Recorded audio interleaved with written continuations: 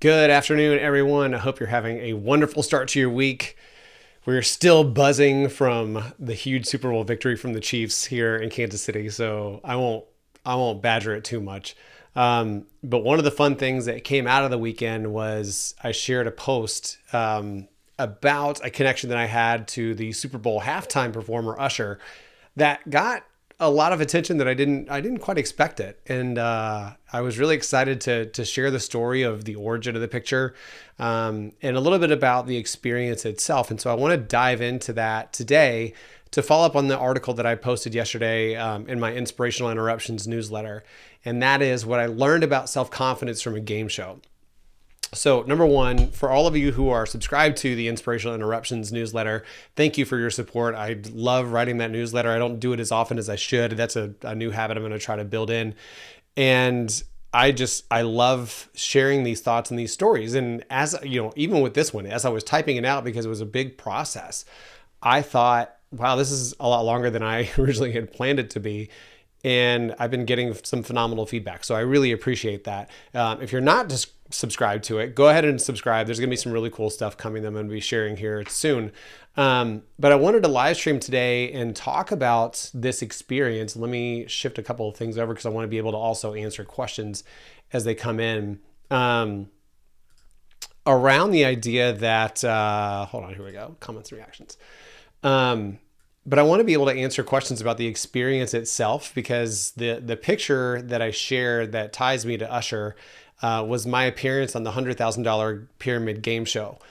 This was back in 2017, and it was an amazing experience. It was definitely one that I will never ever forget, and I just can't even put into words like how phenomenal of an experience, how cool everything was, how people were just so kind in the process. But a lot of it tied back to these different concepts that I shared in the newsletter, because it truly was an experience. So I want to walk through the different bullet points that I shared in the newsletter and tie a little bit about it to the story as well. So as I mentioned in the newsletter, like I don't even remember how I got on this list, but I got on a list of game show casting notices. So if you ever want to be on a game show, there are certain services that you can sign up for, an email newsletter, and they'll send out, as they do casting notices and casting calls for these game shows, they'll send you an update. And if you want to participate or put your name in the hat, you can do so. And so I get this email, and it said that they're casting for the new $100,000 Pyramid. It was the second season of the new reboot with Michael Strahan as the host, who, by the way, is the nicest person I think I've ever met. And I just was like, hey, yeah, I grew up loving game shows. There was an old school game show that has been coming back, and so I wanted to put my name in the hat. And so what they do in these these applications is they ask you a couple of general questions, and then they put in this, put a question at the end of it that says, like, send a video that shows your energy and your personality. Tell us a little bit about yourself. And so as you're staring at this email and staring at this application, the first concept that I talk about in this process is the theory of why not. And that is kind of my life mantra, to be honest. I've done some really cool stuff. This was the third game show I was on, based on this concept of just saying, hey, why not? Why not take a shot? And trying to understand that if you don't say these things, you may miss out on an opportunity. And for this one, it was really, it was something I really wanted to do. It was an idea that I wanted to pursue. And so I think, one, applying for the show itself it was kind of a step in that direction. It was the ability to say, I'm not going to overthink this. I'm not going to talk myself out of it. I want to make sure that I just go and do this thing. So I filled out the application, and then there was the video, and I mentioned in the newsletter itself too. Like, I think I did about 10 takes of this video, because you want to convey the right image. You want to convey the right energy. You want to be as authentic as possible. But, one quick insider tip is, if you ever apply for a game show, come with some energy, not anything too over the top or too fake, not aligned with who you are from an individual standpoint, but they're looking at it from what is this person going to look like on TV? How are they going to act on TV? What is their energy going to be? Because you can be really smart and know all the answers to the questions, but you're probably not going to get booked on the show if you don't have that right energy. So I did. I filmed it like 10 times, finally got comfortable with the one that I wanted to send in, and I sent it. And so getting out of my own way was step number one. Just saying, why not? Do it. Put in the name, put in the video. But then step two is give it your best shot and then give it no thought. And so where that's born out of is that, I did some commercial work and some TV work and things like that for a while too, outside of these game show things. And whenever you audition, it's kind of similar to sales pitches and emails and things like that too, is that we send these things, or we do these things, or we submit ourselves as an applicant, or we apply for a job. And then a lot of times, and I'm guilty of this too, we sit there and we wait for the response, and we stare at our inbox, and we're concerned on, when are people going to get back to me, or when are they going to write, or when are they going to do this thing to let me know what's going on. And so what I mean by this whole give it your best and give it no thought is that I could have sat there and just stewed over whether or not I was going to get picked. I could have sat there and checked my inbox and checked my voicemail and done all these things. But when you do that, you lose that time, because you're spending the time and the energy focusing on something that is out of your control at that point. And so if you're doing your best, if you are, if you're submitting the right video and you're submitting the right application, you're answering everything the best you can. If you're sending in a sales pitch, or you're applying for a job, you've done your best. And at that point on that submission, when you hit send, like, you can't do anything else about it. It's off into the ether, it's off into the webs, like, you can't do anything about it. And so I just decided I'm just going to send it and then completely forget about it. I don't want to think about it. I don't want to stress about it. I don't want to wonder about it. And so I did. I completely forgot that I even applied for the show. And so, much to my surprise and delight, I got a phone call a couple weeks later. And it was, one of those situations where an unfamiliar number pops up on your phone and you wonder whether or not you should answer it. And it's not familiar. So you're like, I don't know. It may be a telemarketer. It may be, somebody trying to sell me on something. I don't think I want to engage in this. But I answered it, and sure enough, it was the casting team over at the $100,000 Pyramid.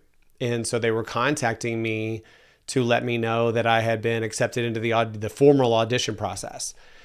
And I was floored. I was really excited. And so that started a series of Zoom meetings, Zoom auditions.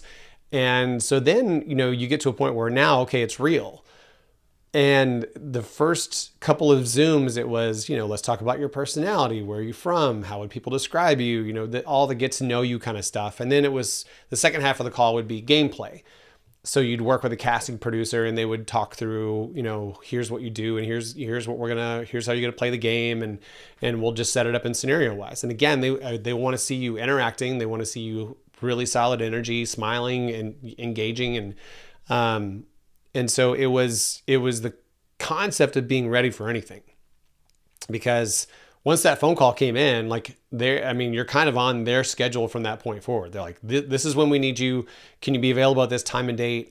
And you get set up and you get on and you are in it. And there really is no turning back at that point. And so you got to be ready. You got to be ready for the conversations. You got to be ready for questions. You got to be ready for the gameplay. Like, there's not a whole lot of prep that goes into these things. But I did. I took the time to study the show. I watched a whole bunch of the episodes to kind of see how people were playing the game and how they were giving clues and how they were answering questions. And so that helped me prepare as much as I possibly could. But I think in any given situation, you got to be ready for anything. If you're giving a presentation, if you're working in a sales process, you got to be able to be flexible and on the move and pivot at any given point. And that improvisational flexibility allows you to succeed in any situation, because how many times do we get floored and get our feet are planted and we can't react, or we don't react the way we want to. So that flexibility allows you the ability to shift and move with the conversation that's going on. So the process goes on, and there were about a half a dozen Zoom meetings that I was on, and every time, it would be like, okay, great, thanks, we'll get back to you and let you know where we are in the process. So every single time, like, you dump all this energy and effort and emotion into the audition, then it's like, okay, then you wait. So as the process continued to go on, every single time it got easier, but at the same time, the stakes got higher, right? Because you were being whittled down in the field. And so you felt a little bit more the pressure that was coming because, okay, you've moved on from 1 to 2 and 2 to 3 and 3 to 4 and 4 to 5. And so then you get to a point where you're being, you're towards the end of the process, and they let you know, like, okay, this is going to be the last call. And so this is where you need to really shine out and do your best. And, you've made it to this point, and we're going to make some final decisions soon. And this one was one of the toughest ones. And I get a little emotional when I talk about it because it was devastating at the time. So the first several meetings that I had, I knocked it out of the park. Questions I did great. I was very in it. I'm not gonna say I got them all right, but I did really good and I was very comfortable. And then came the last one. And I remember I was in Las Vegas for a meeting. I had to, it was the only time I was available, because again, I was traveling and they were like, yeah, we need you at this day and time. I'm like, well, crap, I'm out of town, but I made it work. And so I did my last audition, and I'll be honest, I bombed it. I don't know what was going on. I don't know if it was just because I wasn't at home. I don't know if it was because, I don't remember. But what I do remember is that I did not do very well at all. And they're like, okay. And you could tell too, like the people, I'd gotten familiar with the casting team. And so I picked up on this vibe of like, oh, okay. All right, Rich, well, thanks. And so when the call hung up, I sat there and had my face in my hands, and I was beside myself. So I was like, I worked so hard. I mean, this is over the course of like a month and a half. All this time that I'd spent auditioning and going through all these calls and prepping and practicing and investing the time and emotion in this process. And I sat there and cried. I was like, I totally screwed this up. I totally dropped the ball. I missed my opportunity.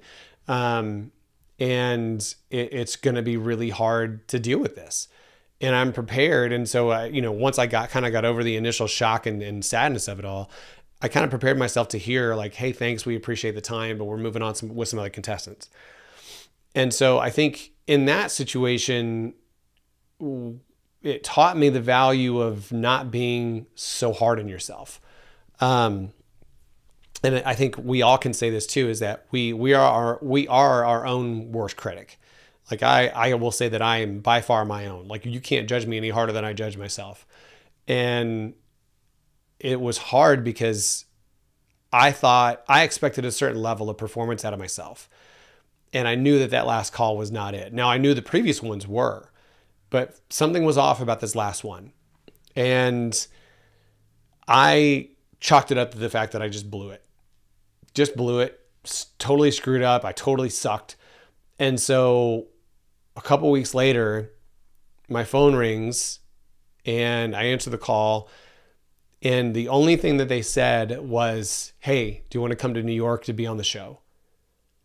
And I was in shock. It was an absolute shock at that moment. Because here I was, I had completely written off the idea that I was even going to make it to the show because of that last call. And what they said was, yeah, the last one was not my best, but at the same time, like everybody has an off day.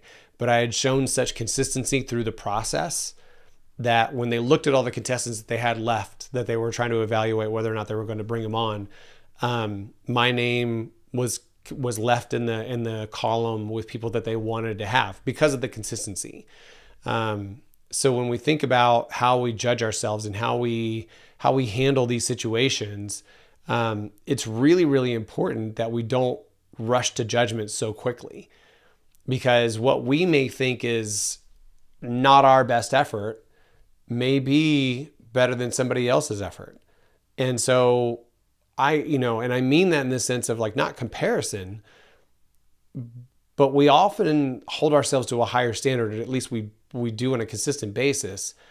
So when we don't perform the way we think we should, it hits harder. It's tougher to swallow.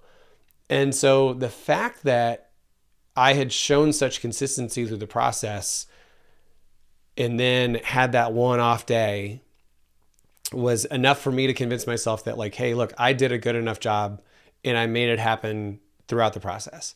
So of course I said, yeah, I'm in. I'm gonna go. And they told me they were going to send me all the logistical details. They were going to fly me to New York, and and it was like the red carpet galore, right? You go, they fly you out there, they pick you up in a limo at the airport, bring you to the hotel that they book for you, and it's like everything is set up, and it was the coolest experience.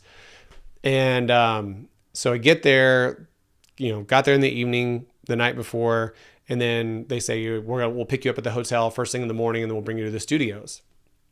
This is when the cool stuff starts. Like this is like the whole process of auditioning was really cool. And it was such a unique experience, and it was using a different part of my brain than I normally use.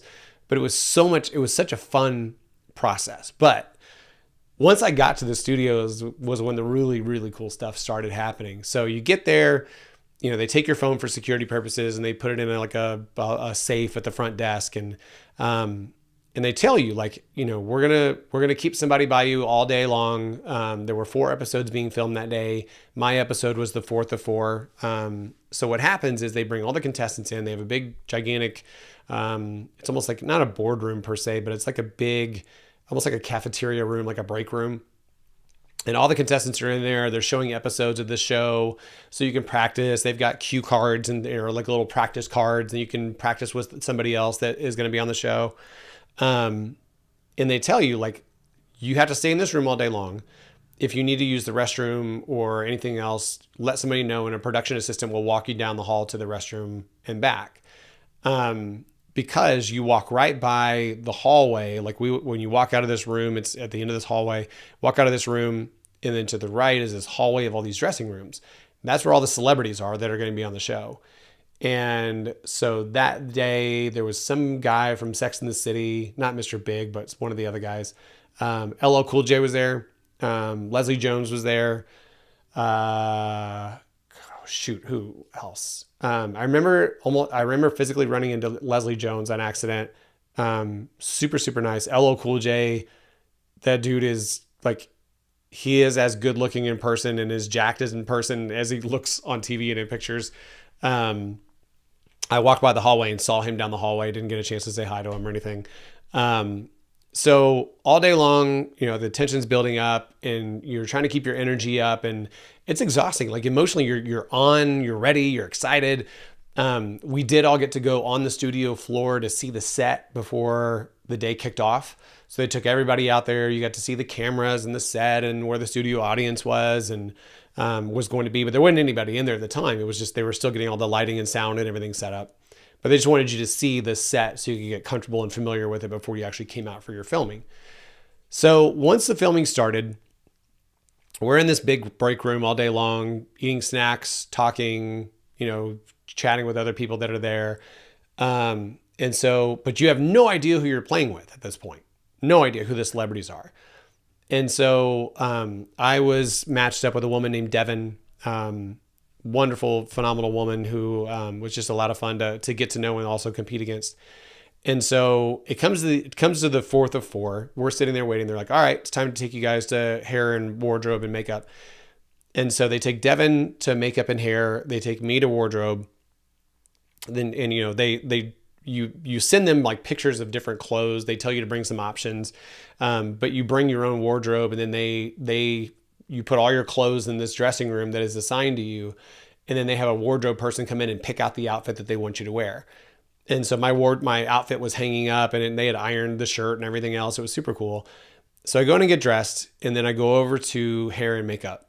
And I walk in, and there, imagine like these 2 directors' chairs and, the typical like big bulb lighting makeup room kind of thing. And Devin is like shaking physically shaking in her seat and is wiping tears away from her eyes. And I'm like, is she okay? And they said, yeah, we just told her who you guys are playing with.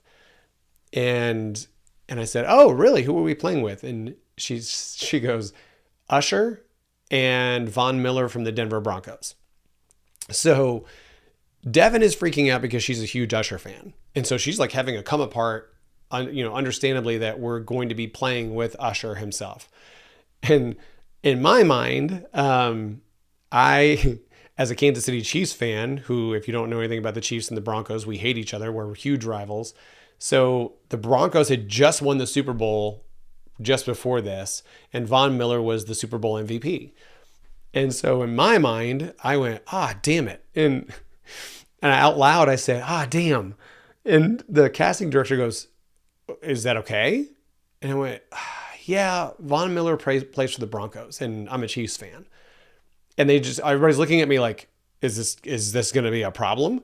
I'm like, well, I'm not going to fight the guy. Like, I mean, the dude's gigantic, first of all. Second of all, like, even if it was the kicker, I'm not going to pick a fight with somebody on national television.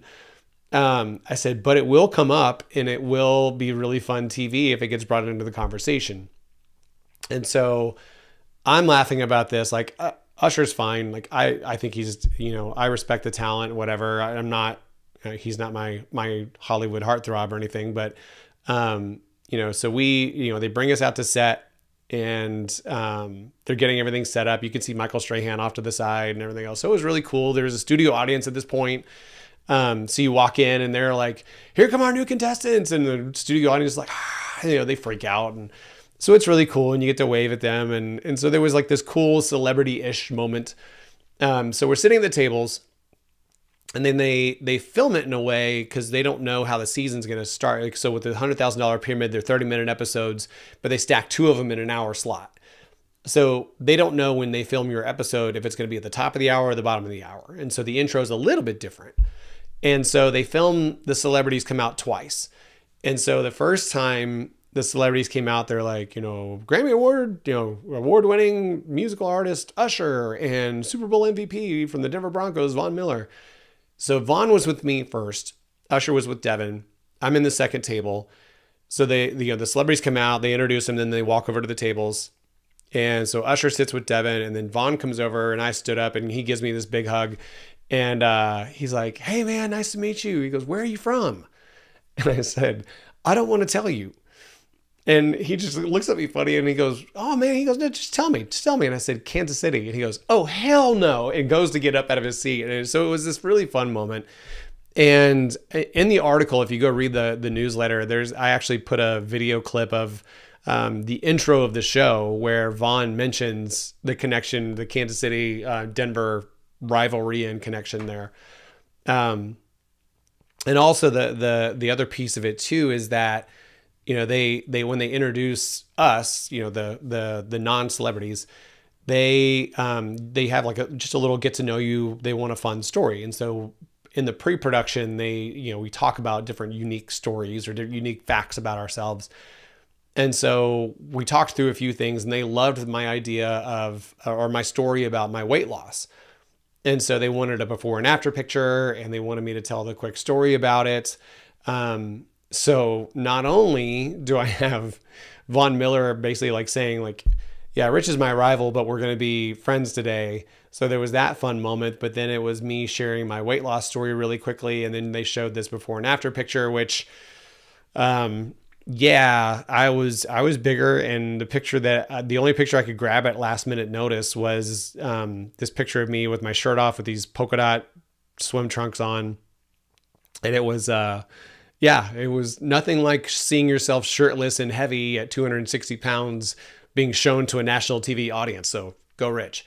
But from that point forward, it was the most fun experience. What I will say too is that shout out to Mel Robbins. I had just read the 5-second rule. And so it's really like, counting down to 5 or counting down from 5 whenever you get nervous or when you get stressed out, and, reminding yourself to take big, deep breaths and soak a moment in. And so, even when I was in the hotel room the night before and everything just felt like it was moving fast. Everything was just, I felt like it was running away from me.